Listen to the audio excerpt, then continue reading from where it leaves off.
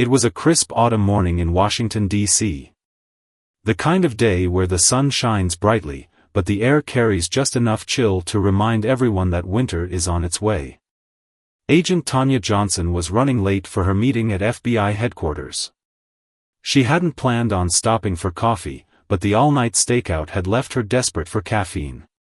She pulled her modest sedan into the parking lot of a convenience store.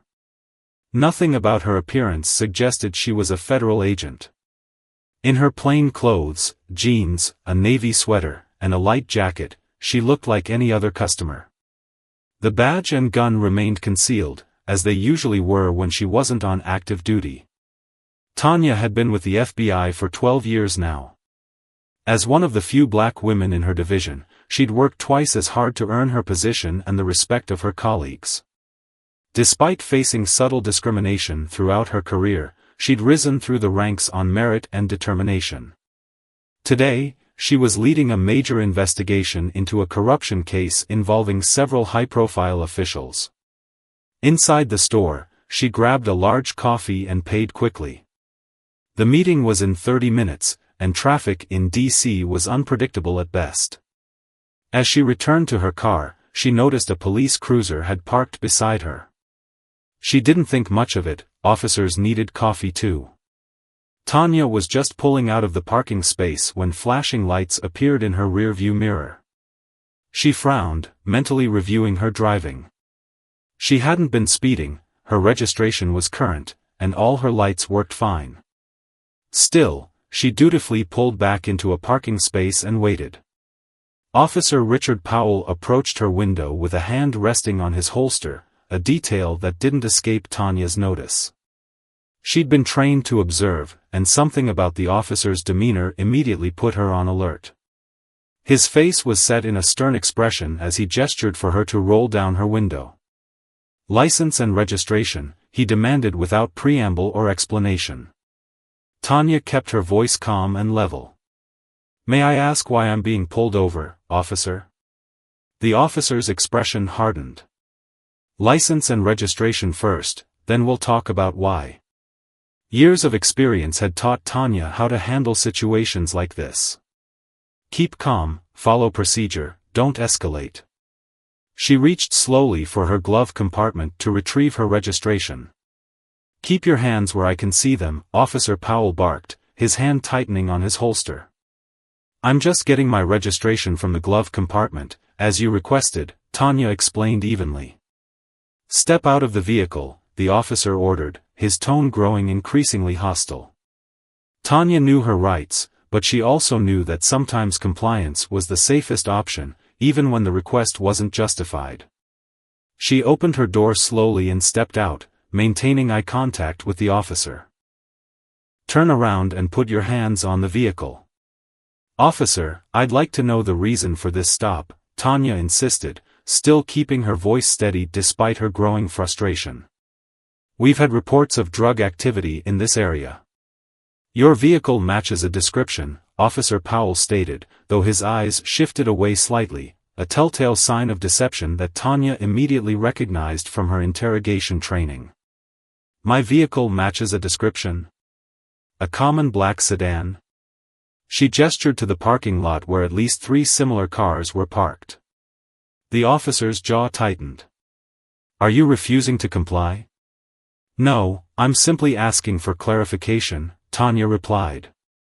She could feel the stares of other customers entering and exiting the store. This scene was becoming all too familiar, not just to her personally but to countless others who shared her skin color. "Listen, I don't have time for this. Either cooperate, or I'll have to assume you have something to hide," Officer Powell threatened, taking a step closer. A small crowd was beginning to gather. Tanya noticed a young man discreetly holding up his phone, likely recording the interaction. She'd seen too many videos like this online, encounters that started with minor stops and escalated to tragedy. But she wasn't afraid, she was angry. Angry that in 2025, this was still happening. Angry that her position and accomplishments offered no shield against such treatment. "Officer Powell," she said, reading his nameplate for the first time, "I believe you're making a mistake." Hands on the vehicle now. His voice had risen to a shout. Tanya complied, placing her hands on the hood of her car while maintaining her dignity. She could feel her FBI credentials in her pocket. The simple act of revealing them would change everything, but she waited. Sometimes, these moments needed to unfold fully to expose the reality of what was happening. Officer Powell began a pat-down search, rough and unprofessional. When he reached her jacket pocket, he felt the hard outline of her credentials case. "What's this?" he demanded, reaching for the pocket. "My identification," Tanya replied calmly. "I suggest you look at it carefully." The officer pulled out the leather folder and flipped it open. His expression transformed instantly as he found himself staring at a federal badge and ID card identifying Tanya Johnson as a supervisory special agent with the Federal Bureau of Investigation. The color drained from his face as reality crashed down upon him. His hands, suddenly unsteady, nearly dropped the credentials. I didn't." He stammered, all his previous bravado evaporating. Tanya took back her credentials and fixed him with a level gaze. "I believe we need to have a conversation about this stop, Officer Powell. And I think your supervisor should be present for it." The small crowd that had gathered murmured in approval. The young man with the phone was still recording, capturing the moment when power dynamics had suddenly shifted. Officer Powell's radio crackled, breaking the tense silence. It would be the first of many uncomfortable conversations he would have that day. Officer Powell's supervisor arrived within 15 minutes. The crowd had thinned, but several people remained, watching from a respectful distance. Among them was the young man with the phone, who had stopped recording but stayed to witness what would happen next. Captain Lisa Rivera stepped out of her patrol car, her expression serious. Unlike Powell, she approached the situation with professionalism, immediately extending her hand to Tanya. "Special Agent Johnson? I'm Captain Rivera. I understand there's been an incident with one of my officers." Tanya nodded, her composure intact despite the adrenaline still coursing through her system. "I'd like to discuss this privately, if possible." Captain Rivera gestured toward her vehicle. "Of course. We can talk in my car." Officer Powell stood uncomfortably to the side, his earlier confidence completely deflated. Captain Rivera gave him a stern look. "Wait by your cruiser, officer." Inside the captain's vehicle, Tanya recounted the events in detail, the unwarranted stop, the aggressive approach, the lack of probable cause, and the escalation that followed. She spoke factually, without embellishment, her years of writing reports evident in her precise account. "I want to be clear," Tanya said after finishing her explanation, "this isn't about my position with the FBI. This is about a pattern of behavior that affects countless citizens who don't have a badge to protect them." Captain Rivera nodded gravely. "I understand completely, Agent Johnson. This isn't the first complaint we've received about Officer Powell, though previous incidents haven't been as well documented." She glanced toward the young man who was still waiting nearby. "I assume there's video evidence?"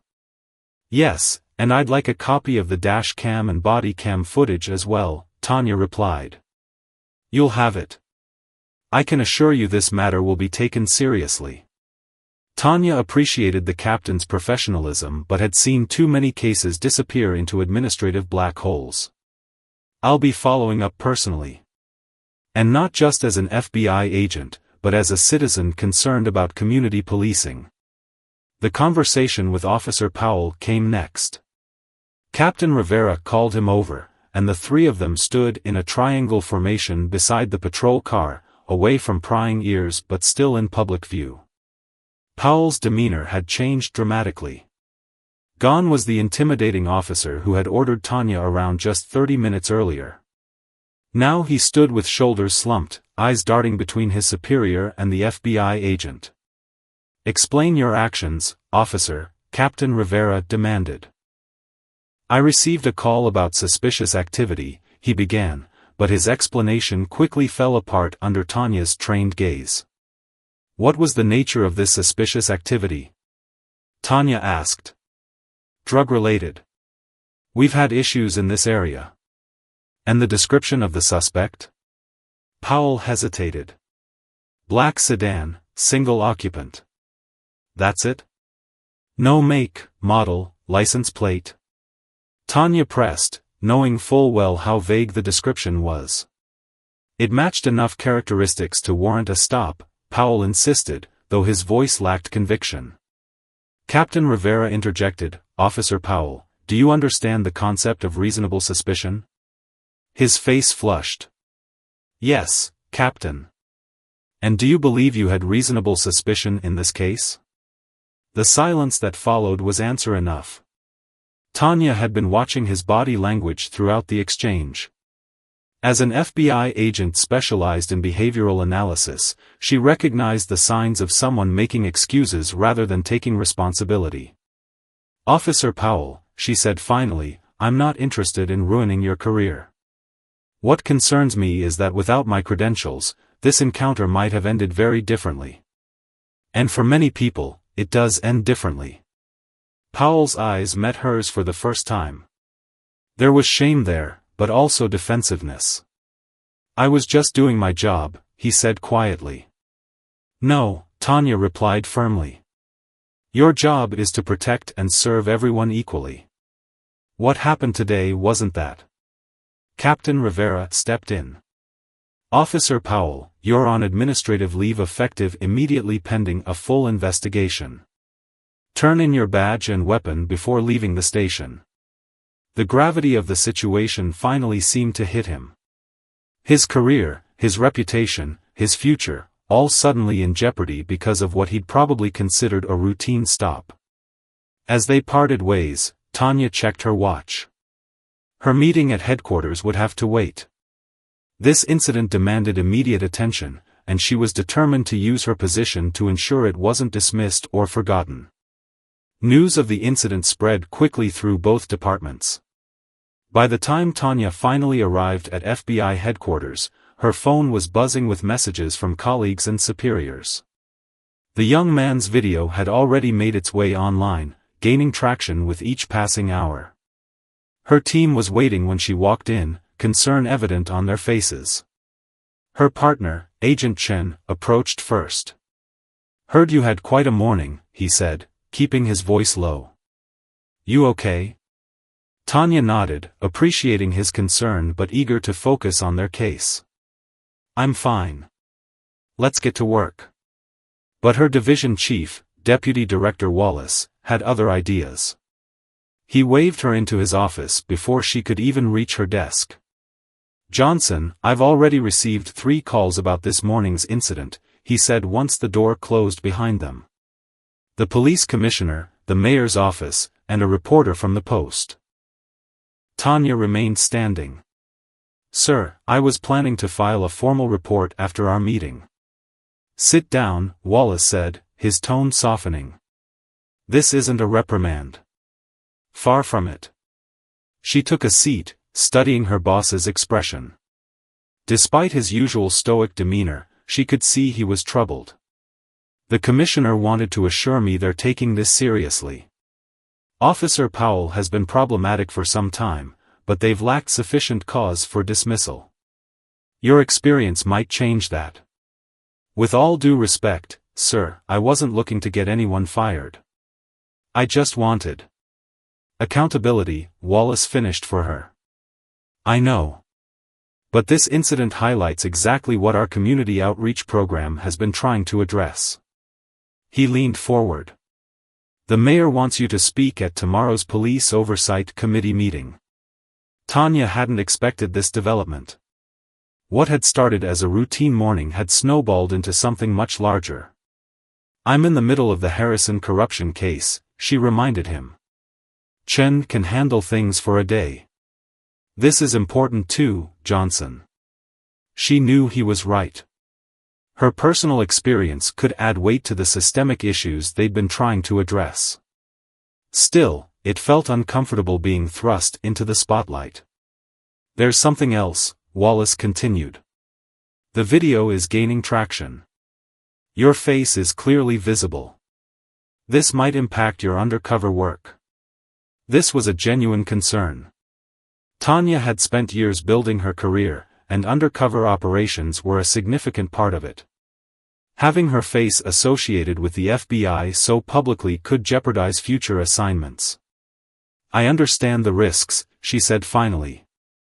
But if my experience can help implement real change, it's worth it. Wallace nodded, a hint of pride in his eyes. That's what I thought you'd say.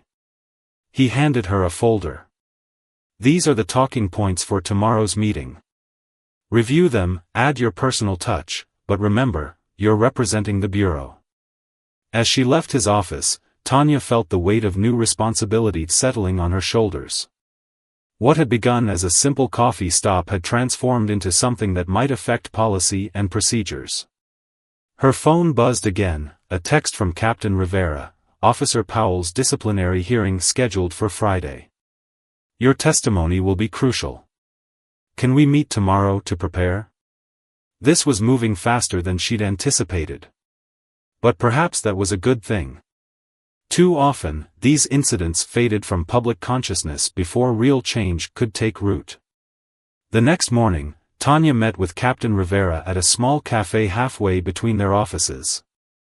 They chose a quiet corner table away from other patrons, both acutely aware of the looks they received, a black woman and a Hispanic police captain, heads bent in serious conversation. The department's Internal Affairs Division is taking this very seriously, Rivera explained, sliding a folder across the table. Here's the preliminary report based on the dash cam footage and witness statements. Tanya flipped through the pages, impressed by the thoroughness. This was compiled quickly. Like I said, Powell has had previous complaints. Your incident was the tipping point. Rivera sipped her coffee. But I should warn you, he's got support within the department. The union representative is already preparing a defense. Let me guess, he was following procedure, felt threatened, had reasonable suspicion. Rivera nodded grimly. The usual playbook. What about the dash cam footage? It supports your account. His body cam, however, was conveniently not activated until after you identified yourself as FBI. Tanya wasn't surprised. This was a familiar pattern, selective evidence, procedural loopholes, the thin blue line of solidarity. But something was different this time. Rivera seemed genuinely committed to addressing the issue. Captain, can I ask why you're pushing so hard on this case? Most supervisors would circle the wagons. Rivera was quiet for a moment, considering her words carefully. My nephew was stopped 3 times last month. He's a pre-med student at Georgetown. Clean record, responsible kid. Each time, different excuses, same treatment. She met Tanya's eyes. This isn't just about Officer Powell. It's about changing a culture. Tanya understood completely. This wasn't just professional for either of them, it was personal. The Oversight Committee meeting is at 2 p.m., Tanya said, changing the subject. Will you be there? Front row, Rivera confirmed. The commissioner will attend too. Your video has caused quite a stir at headquarters. As they parted ways, Tanya felt a new sense of purpose. This wasn't how she'd planned to make a difference, but sometimes opportunity presented itself in unexpected ways. Back at FBI headquarters, she spent the morning preparing her statement with the Bureau's public affairs team. They warned her to stick to facts, avoid inflammatory language, and remember she represented federal law enforcement. We want reform, not division, her PR handler emphasized. Tanya understood the delicate balance. Too harsh, and she'd alienate potential allies within law enforcement. Too soft, and she'd miss an opportunity for meaningful change. At lunch, she received a surprising call. The young man who had recorded the video wanted to meet. His name was David, and he had more footage than what had been posted online. There's something you should see before the committee meeting, he explained. Something Officer Powell said when he thought no one was listening. Tanya checked her watch. She had just enough time to meet David before heading to City Hall. Whatever he had captured might change everything about her testimony. Tanya met David at a bench outside City Hall.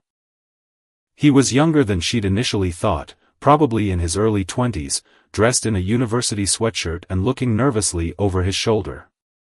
"Thanks for meeting me," he said, pulling out his phone. "I wasn't sure who to give this to, but when I saw the news about today's hearing, I figured you should have it first." He pulled up a video file and handed her his phone. "After you left with the captain, Officer Powell made a call. He walked away from his cruiser, but I followed at a distance." The video showed Powell pacing near some trees, phone pressed to his ear. The audio was surprisingly clear. "Yeah, it's me," Powell was saying. "I'm in trouble. Big trouble. No, worse than last time. She's FBI. Yeah, FBI. Look, I followed the list like you said. Black sedan, female driver, this location. How was I supposed to know she was federal? The list said this was a low-risk training exercise." Tanya's blood ran cold. "A training exercise? A list?" The recording continued, "I don't care what the sergeant told you. This wasn't some random stop. They've been targeting specific profiles for months now. Yeah, well, now I'm on administrative leave because of it." David stopped the video. "There's more, but that's the important part. I'm a journalism student.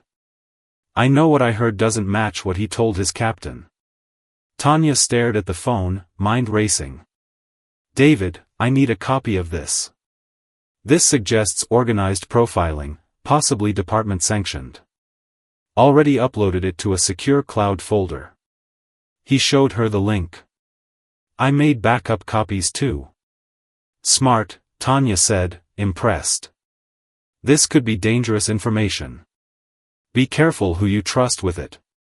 David nodded soberly. "My dad was a cop for 20 years. A good one. He always said the department needed more accountability, not less. That's why I stayed to record." Tanya had 15 minutes before the committee meeting. She quickly called Captain Rivera, who answered on the first ring. "You need to see this now," Tanya said without preamble. "Can you meet me in the side entrance of City Hall?" Rivera arrived 5 minutes later. They huddled in a quiet corridor while she watched the video. "Training exercise? A list?" Rivera's expression darkened with each second. "This goes beyond Powell. This implicates supervisors." "Exactly," Tanya said. "Your department may have institutionalized profiling disguised as training." Rivera's jaw tightened. "The commissioner needs to see this before the hearing starts." "Agreed, but we need to be strategic. This recording changes my testimony completely." They quickly found a private room to meet with the commissioner, who watched the video with growing alarm. "This could implicate half the command staff," he said finally, looking ashen. "With respect, sir," Tanya replied, "that's precisely why it needs to be addressed publicly. This isn't about one officer anymore." The commissioner looked between Tanya and Rivera, weighing his options. The political fallout would be enormous. Careers would end. The department's reputation would suffer. But the alternative, covering up systematic racial profiling, was worse. "The Oversight Committee convenes in 2 minutes, he said finally. "Let's go." The Oversight Committee meeting was packed. Local media lined the back wall, council members sat with stern expressions, and community activists filled every available seat. Tanya spotted Officer Powell sitting with his union representative, attempting to appear composed despite his obvious discomfort. When called to testify, Tanya approached the podium with measured steps. The prepared statement in her pocket would go unused. Instead, she placed her phone on the table and connected it to the room's audio system. Before I share my personal experience, she began, I'd like to present evidence that came to light just minutes ago. The union representative immediately objected. This wasn't disclosed in advance. We haven't had time to review any new evidence. The committee chair, Councilwoman Thompson, leaned forward. Agent Johnson, is this directly related to the incident involving Officer Powell? It provides critical context, Tanya replied. And yes, it features Officer Powell in his own words. After a brief conference, the committee allowed the recording. The room fell silent as Powell's voice filled the chamber. I followed the list like you said. Black sedan, female driver, this location. The list said this was a low-risk training exercise. Gasps and murmurs rippled through the audience. Powell's face drained of color as his own words condemned him. When the recording ended, Tanya spoke clearly into the silence. This suggests that Officer Powell's actions weren't isolated but part of a systematic profiling operation disguised as training. I believe this warrants a full investigation beyond my individual case. The committee room erupted. Reporters rushed for the doors to file updates. Community activists shouted demands for accountability. Powell's union representative huddled with him in urgent whispers. Commissioner Harris stepped forward, his decision made during the chaos.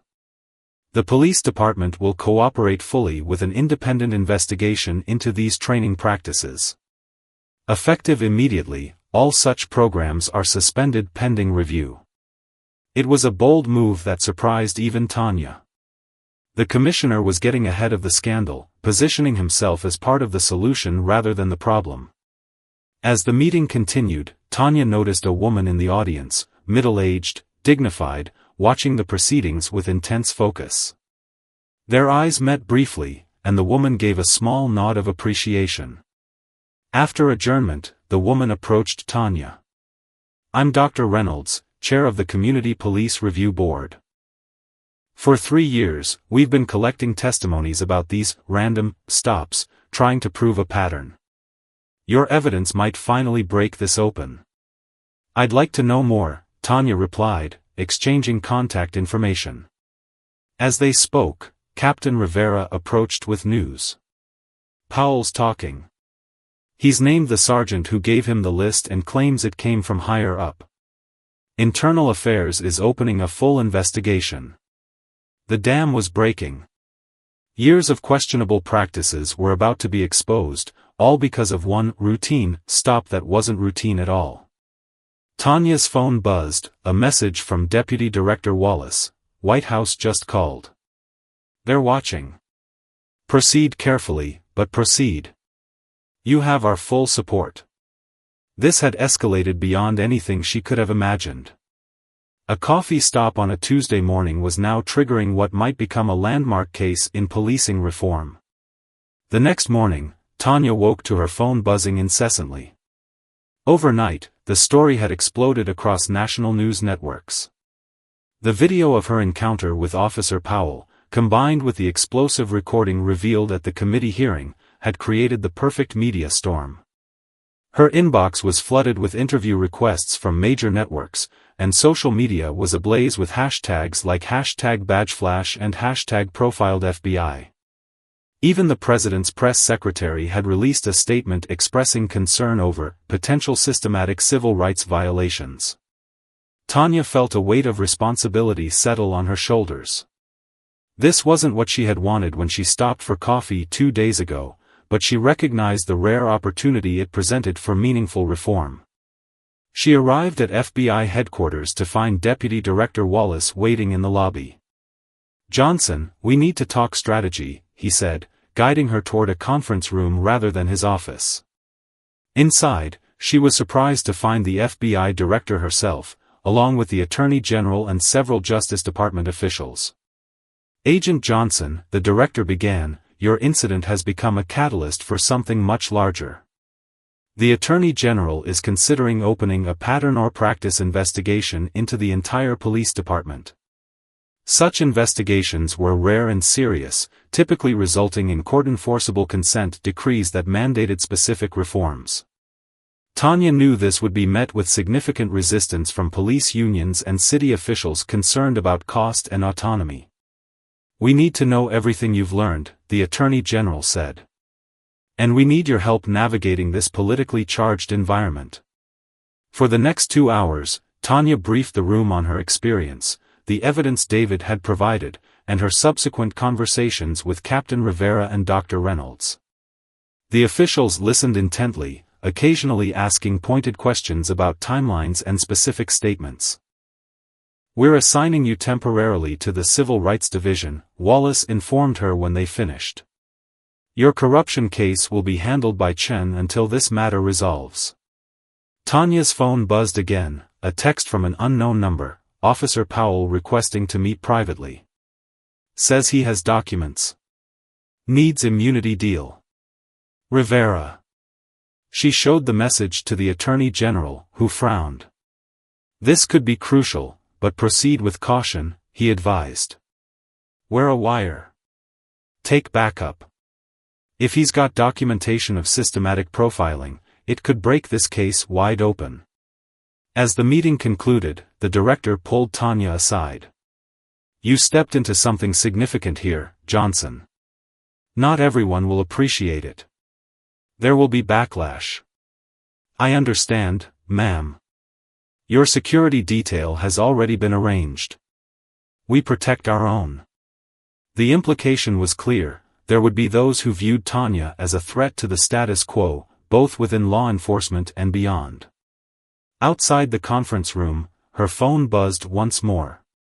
"David, local news reporting Officer Powell's home was searched this morning. Hard drives and documents seized. Getting death threats." "Me too. What should I do?" The stakes were escalating rapidly. What had begun as harassment by one officer was unraveling something much larger and more dangerous than anyone had anticipated.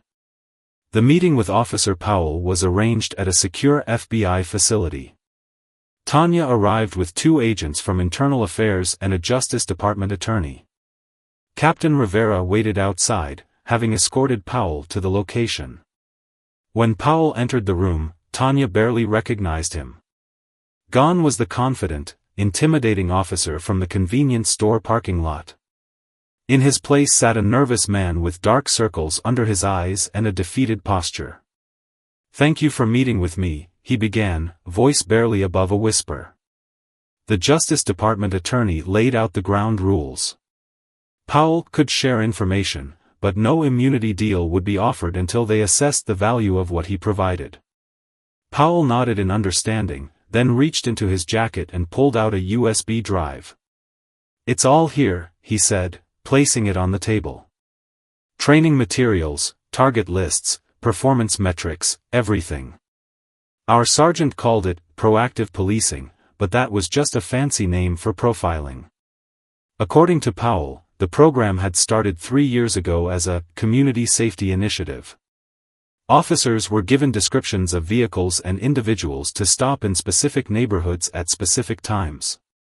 They were told these were high-probability situations for catching drug trafficking or illegal weapons. "At first, I didn't see the pattern," Powell explained.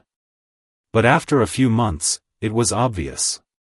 The targets were almost always minorities in certain neighborhoods, even though our own data showed that wasn't where most serious crimes happened." "And no one questioned this?" Tanya asked. "Those who did were passed over for promotion or transferred to desk duty. The rest of us." He paused, finally meeting Tanya's eyes. "The rest of us just followed orders. That excuse hasn't worked since Nuremberg," the Justice Department attorney noted coldly. Powell flinched but continued. "There's a spreadsheet on their tracking productive stops versus unproductive stops.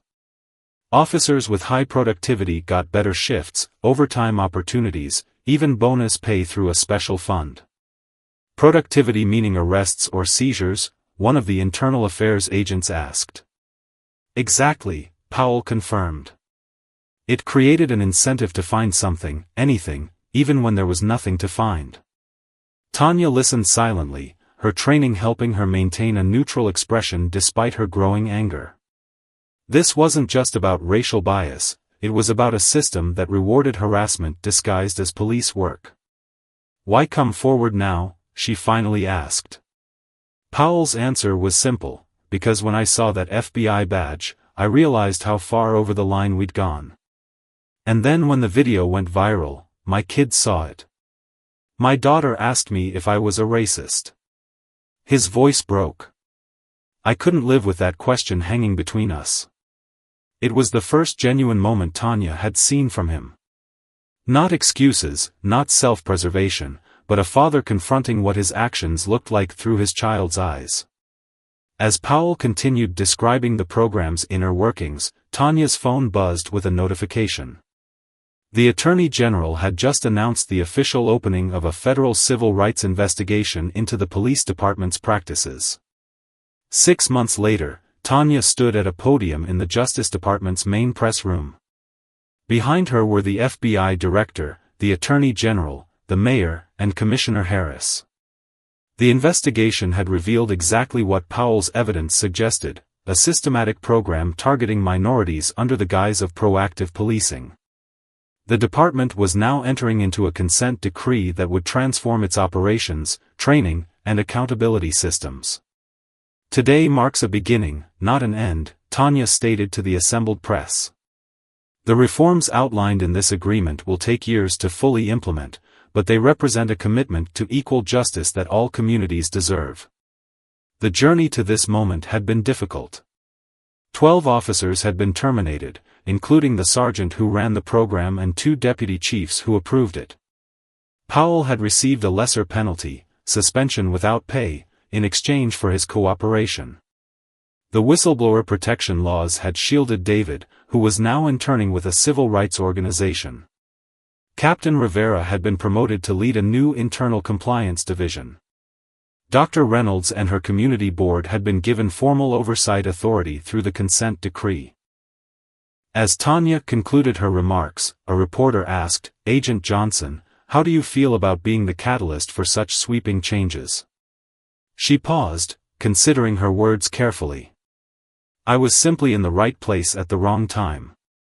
Or perhaps the wrong place at the right time. What matters is that when confronted with injustice, people at every level of the system ultimately chose to do the right thing." After the press conference, Tanya met briefly with Powell, who had been keeping a low profile since providing his evidence. "My daughter asked about you," he said quietly. "She's doing a school project on everyday heroes. Wanted to know if you'd answer some questions." Tanya smiled. "I'd be happy to. But I'd argue that in this story, you showed more courage. It's easy to stand up when you have a badge protecting you. It's harder to admit you were wrong and help fix a broken system from within."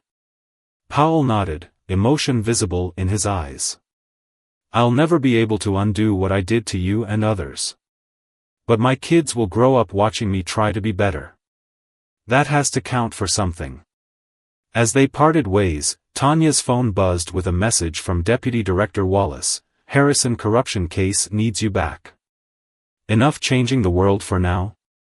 She smiled. Life was returning to normal, or a new normal at least.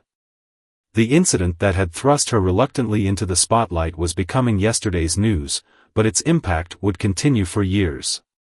That evening, Tanya drove home along the same route where she'd stopped for coffee that fateful morning. The convenience store looked exactly the same, but everything else had changed. A routine traffic stop had exposed a system of injustice and set in motion reforms that would benefit countless people who didn't have an FBI badge to protect them. Sometimes, she reflected, justice comes from the most unexpected moments, even from stopping for a cup of coffee on an ordinary Tuesday morning.